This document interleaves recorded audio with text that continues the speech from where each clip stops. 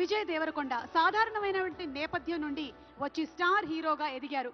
పెళ్లి చూపులు, Arjun Reddy, dear comrade, ఖుషి, world famous lover, గీత గోవిందం, నోటా, లైగర్, family star వంటి చిత్రాల ద్వారా ప్రేక్షకుల మనసుల్ని ప్రత్యేకించి ఆకర్షించుకున్నారు.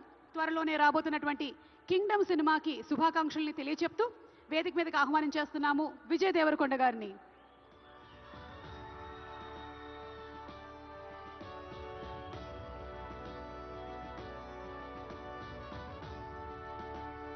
Congratulations to our rowdy. మరి ఈరోజు ఒక గోల్డెన్ మొమెంటోతో పాటు 10 లక్షల రూపాయలని అండ్ అలాగే ప్రశంసా పత్రాన్ని అందుకుంటున్నారు శ్రీ విజయ్ దేవరకొండ గారు. Requesting Vijay to please speak a few words.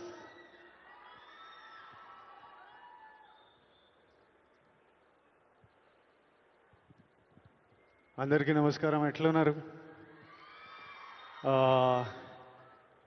Gaddar అన్న పేరు మీద ఈ అవార్డ్స్ స్టార్ట్ చేయడము, సినిమా ఇండస్ట్రీ అందరినీ ఒక దగ్గర తీసుకొచ్చి అందరికీ అవార్డ్స్ ఇవ్వడం చాలా ఆనందంగా ఉంది, చాలా హ్యాపీగా అనిపిస్తుంది. అన్నిటికంటే ప్రౌడ్ మూమెంట్ ఫర్ మీ,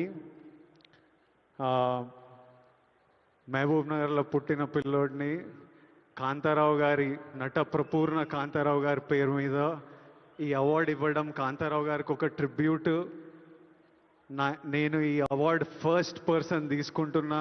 నాకు చాలా రెస్పాన్సిబిలిటీ, ఎంతో చేయాలనిపిస్తుంది. ఇంకా ఈ అవార్డ్స్ ఇచ్చినందుకు చీఫ్ మినిస్టర్ రేవంత్ రెడ్డి గారికి, డిప్యూటీ చీఫ్ మినిస్టర్ బట్టి విక్రమార్క గారికి, మా దిల్ రాజు గారికి, అందరికీ థ్యాంక్ యూ.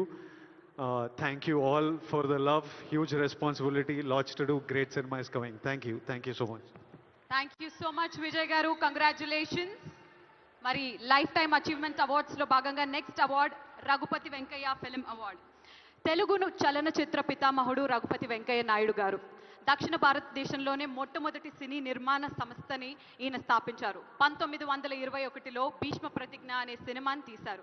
ఇది మొట్టమొదటి తెలుగు వారి సినిమా.